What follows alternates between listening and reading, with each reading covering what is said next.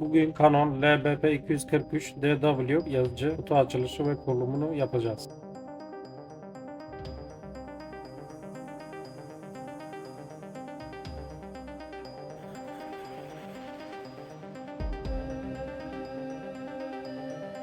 Yan taraftaki küçük tuş ile kapağı açıyoruz. Turuncu bantları söküyoruz. Soneri bir kere söküp takıyoruz. Kaset ayarını yapıyoruz. A4'e göre ayarlıyoruz. Elektrik ve USB fişini takıyoruz. İsterseniz Wi-Fi ile de kullanabilirsiniz.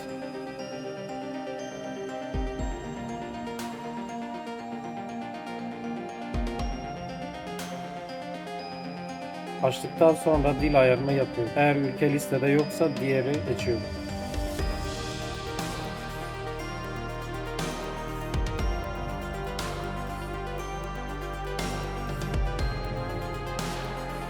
Zaman dilimini seçiyoruz. Beğenmeyi ve abone olmayı unutmayın.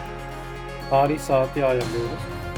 Wi-Fi ayarlarını kurmak isterseniz sonraki seçenekleri onaylayın. Test çıktısı sorunsuz.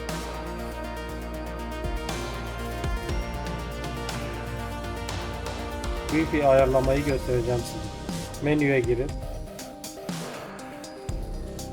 Tercihlere girin. A yazan yere girin. Kablosuz LAN'ı seçin.